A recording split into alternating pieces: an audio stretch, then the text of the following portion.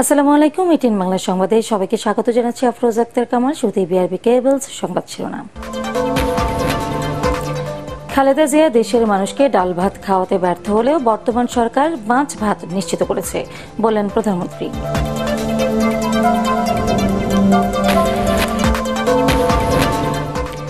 ৫ দশকে বেড়েছে দেশের অর্থনৈতিক সক্ষমতা, কমেছে প্রাতিষ্ঠানিক সেবার মান, ধনী গরিবের বৈষম্য বেড়েছে সিপিডির পর্যবেক্ষণ।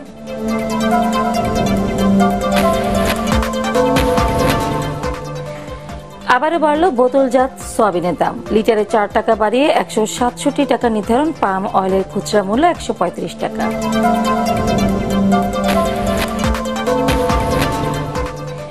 এবং ব্যবসায়ী নাসির ইউ মাহমুদকে হত্যা চেষ্টার মামলায় চিত্রনায়িকা পরিমণির বিরুদ্ধে সমন জারি, পিবিআই এর তদন্ত প্রতিবেদন গ্রহণ। শুনছিলেন বিআরবি কেবলস সংবাদ শিরোনাম। এবার বিস্তারিত সংবাদ।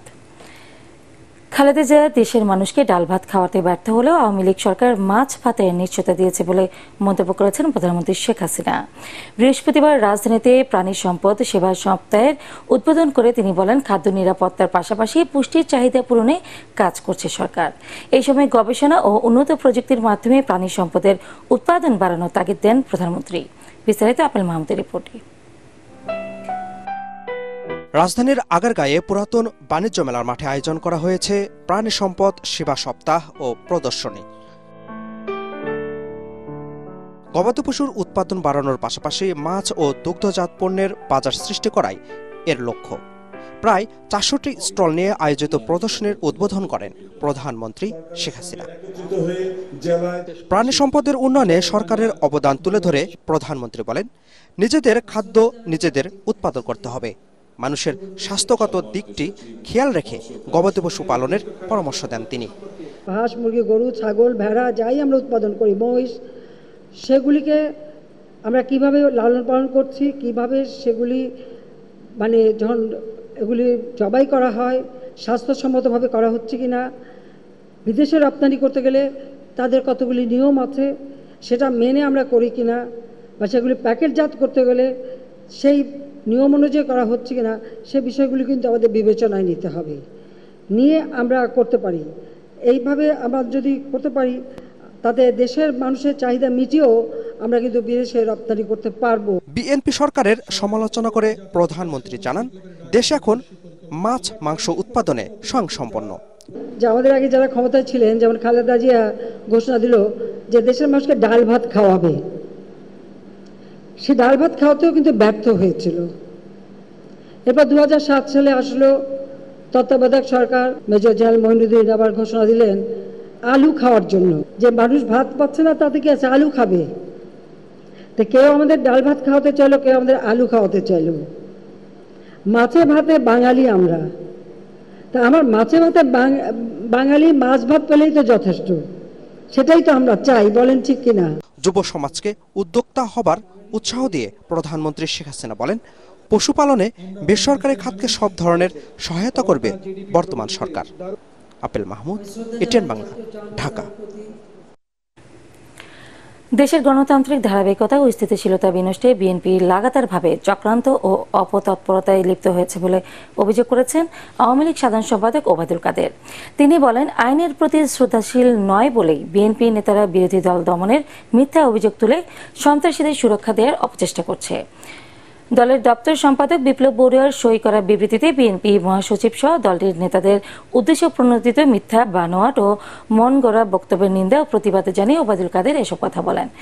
দ্বাদশ জাতীয় সংসদ নির্বাচনের আগে গণতন্ত্র ও নির্বাচন বানচালের নামে বিএনপি সন্ত্রাসী কর্মকাণ্ডে মেতে উঠেছিল বলেও অভিযোগ করেন তিনি। আওয়ামী লীগ ভারতের সাম্প্রদায়িক সরকারের সহায়তায় ক্ষমতায় টিকে আছে বলে দাবি করেছেন বিএনপির সিনিয়র যুগ্ম মহাসচিব রুহুল কবির রিজভী। ভারতকে খুশি করতেই সরকার বিএনপিকে সাম্প্রদায়িক উপাধি দেওয়ার চেষ্টা করছে বলে মন্তব্য করেন তিনি। ঢাকা মহানগর উত্তর বিএনপির 7টি থানার কারা নির্যাতিত নেতাকর্মীদের ঈদ পুনর্মিলনী অনুষ্ঠানে এসব কথা বলেন রিজভী। তার দাবি, প্রতারণা নির্বাচনের মাধ্যমে আওয়ামী লীগ মানুষের ভোটাধিকার হরণ করেছে।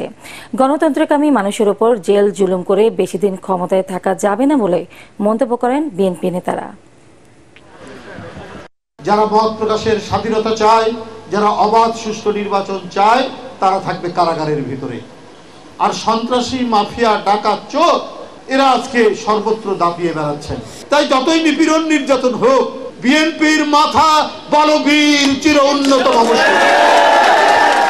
এই মাথা শেখ হাসিনা প্রবল দমন পীড়নের মধ্যেও এটাকে দমিয়ে রাখতে পারে। গত 5 দশকে বাংলাদেশের অর্থনৈতিক সক্ষমতা বাড়লেও কমেছে প্রাতিষ্ঠানিক সেবার মান, বেড়েছে ধনী গরিবের বৈষম্য। বিশেষজ্ঞরা বলছেন, রাজনৈতিক দলগুলোর মধ্যে পরস্পর আস্থাহীনতায় অর্জিত হয়নি কাঙ্ক্ষিত উন্নয়ন। তরিক ইসলামের রিপোর্ট। বিগত 50 বছরে বাংলাদেশের রাজনীতি, অর্থনীতি, সমাজ ও সংস্কৃতি নিয়ে 50 ইয়ার্স অব বাংলাদেশ বইয়ের মোড়ক উন্মোচন অনুষ্ঠানের আয়োজন করে বেসরকারি গবেষণা প্রতিষ্ঠান সিপিডি। ধানমন্ডির সিপিডি কার্যালয়ে বইটির বিষয়বস্তু তুলে ধরেন লেখক ও গবেষক রেহনুমা সোবহান। এই বইতে অনেকগুলা চ্যালেঞ্জের কথাও বলা আছে এবং অনেকগুলা পথের নির্দেশনা দেওয়া হয়েছে। এ সময় বইটিতে উল্লেখিত বাংলাদেশের পথ চলার বিভিন্ন সমস্যা ও সম্ভাবনার কথা তুলে ধরেন বিশিষ্টজনেরা। আমরা কোনো ঋণ ফাঁদে বা মধ্য আয়ের ফাঁদে, মিডল ইনকাম ট্র্যাপে পড়ব কিনা, এটা কিন্তু নির্ভর করবে দ্বিতীয় প্রজন্মে যে চ্যালেঞ্জগুলো আসছে সেটা মোকাবেলার ক্ষেত্রে। তো সেই চ্যালেঞ্জগুলো কি, সেটা আমি আমার প্রবন্ধে দেখাতে চেয়েছি। We also need a very strong competition of development vision, and hopefully this book is a first step towards that, engaging in that competition. To then use your faculty of reasoning and understanding in order to come together to try to resolve problems we face so that we can realize the full potential of this country. আলোচনায় উঠে আসে গত কয়েক দশকে চলমান রাজনৈতিক অস্থিতিশীলতা ও দুর্নীতির ভয়াবহতা। দেশের ভবিষ্যতের গণতন্ত্রের জবাবদিহিমূলক সমাজ ব্যবস্থা, এসব নিয়ে এখন আমাদের আলোচনা এবং সময়ের দাবি এটাই। অনিশ্চয়তাটা পলিটিক্যাল ম্যানেজমেন্টের জন্য একটা হ্যান্ডি টুল, অর্থাৎ management by uncertainty rather than management of uncertainty. Anti reform coalition, অর্থাৎ যে রিফর্মের যে উদ্যোগগুলো নিতে যাবে তার বিপরীতে যে শক্তিশালী যারা গ্রুপ, তারা এতটাই শক্তিশালী এবং এতটাই ঐক্যবদ্ধ, সেটাকেও ভাঙার জন্য রাজনৈতিক সদিচ্ছা দরকার। দেশের উন্নয়ন ও অগ্রগতি অব্যাহত রাখতে সরকারি প্রতিষ্ঠান ও রাজনৈতিক দলগুলোর নীতি সংস্কারের বিষয়টি বইটিতে তুলে ধরা হয়েছে বলে জানান বক্তারা। তরিক ইসলাম, এটিএন বাংলা, ঢাকা।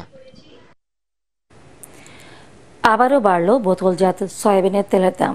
লিটার প্রতি 4 টাকা বাড়িয়ে 167 টাকা নির্ধারণ করা হয়েছে। তবে খোলা সয়াবিনের লিটার প্রতি 2 টাকা কমিয়ে 147 টাকা নির্ধারণ করেছে সরকার। এছাড়া 5 লিটারের বোতল 800 টাকা থেকে বাড়িয়ে 818 টাকা করা হয়েছে। সুপার পাম অয়েলের সর্বোচ্চ খুচরা মূল্য নির্ধারণ করা হয়েছে 135 টাকা।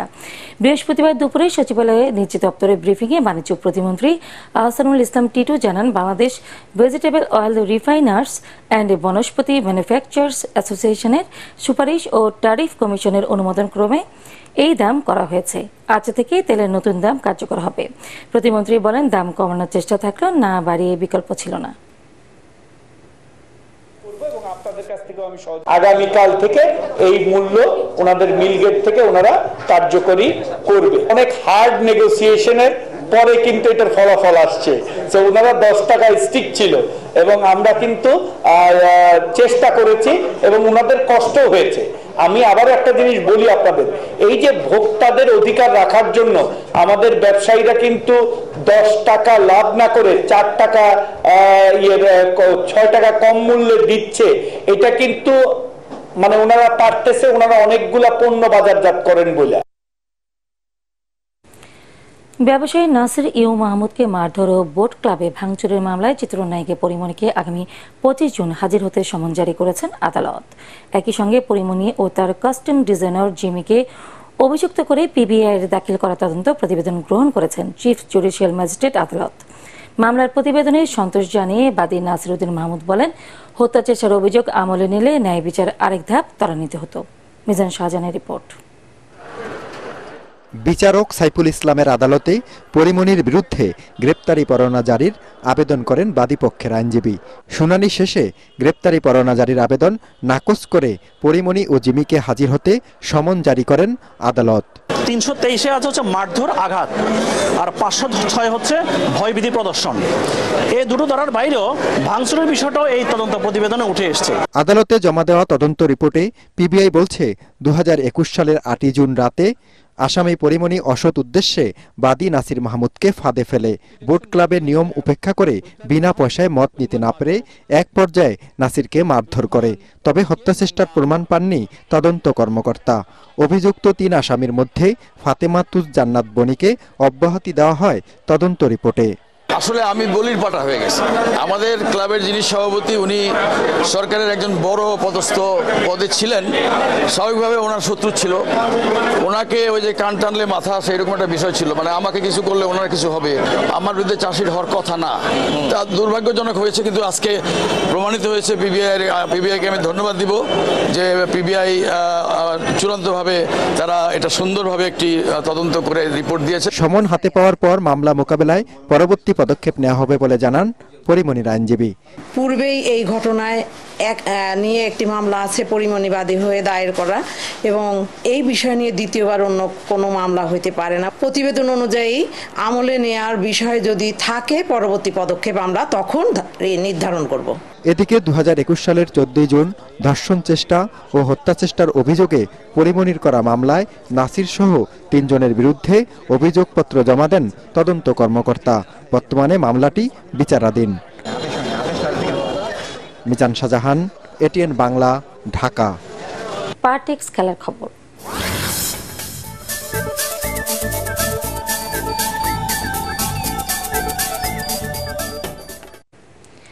ঢাকা প্রিমিয়ার ক্রিকেটের শেষ রাউন্ডের খেলায় আবাহনীর কাছে পাত্তাই পেল না শেখ জামাল ধানমন্ডি ক্লাব।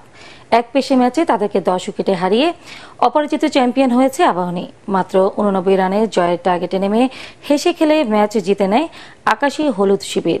এনামুল হক বিজয়ের অপরাজিত 37 এবং নাইম শেখের হারানো মানা 53 রানে 238 বল হাতে রেখে 91 রান তুলে জয় পায় আবাহনী লিমিটেড। এটি তাদের 21তম শিরোপা জয়। এর আগে মিরপুর শেরে বাংলা স্টেডিয়ামে শরীফুলের বোলিং তোপে মাত্র 88 রানে গুটিয়ে যায় শেখ জামাল। ম্যাচ সেরা শরীফুল 35 রানে 4 উইকেট তুলে নিয়ে শেখ জামালের ধস নামান। গ্রিন ডেল্টা প্রিমিয়ার লিগে জয় দিয়ে সুপার 6 পর্ব শেষ করল উষা ক্রীড়া চক্র। নিজেদের শেষ ম্যাচে তারা 2-0 গোলে হারায় বাংলাদেশ পুলিশ SC-কে। মাওলানা ভাসানী হকি স্টেডিয়ামে হাড্ডাহাড্ডি লড়াইয়ে খেলার দ্বিতীয় কোয়ার্টারে আরশাদের গোলে লিড নেয় উষা। খেলার তৃতীয় কোয়ার্টারে ব্যবধান দ্বিগুণ করে তারা। বাকি সময়ে আর কোনো গোল করতে পারেনি কোনো দল। এই জয়ে 31 পয়েন্ট নিয়ে চতুর্থ স্থানে থেকে প্রিমিয়ার লিগ শেষ করল উষা ক্রীড়া চক্র। আর 20 পয়েন্ট পাওয়া পুলিশ SSCর অবস্থান পঞ্চম। শেষ করার আগে বিআরবি কেবল সংবাদ শিরোনাম আরেকবার। খালেদা জিয়া দেশের মানুষকে ডাল ভাত খাওয়াতে ব্যর্থ হলেও বর্তমান সরকার মাছ ভাত নিশ্চিত করেছে বললেন প্রধানমন্ত্রী।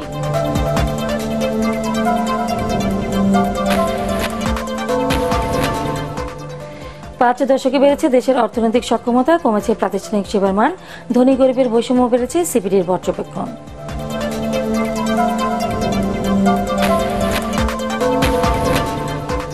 আবারও বাড়ল বোতলজাত সয়াবিনের দাম।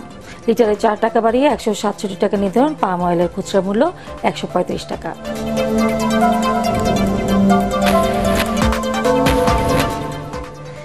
এবং ব্যবসায়ী নাসির মাহমুদকে হত্যাচেষ্টার মামলায় চিত্রনায়িকা পরিমণির বিরুদ্ধে সমন জারি, পিবিআই তদন্ত প্রতিবেদন গ্রহণ।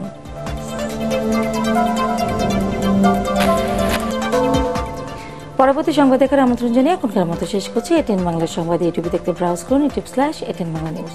ধন্যবাদ সবাইকে।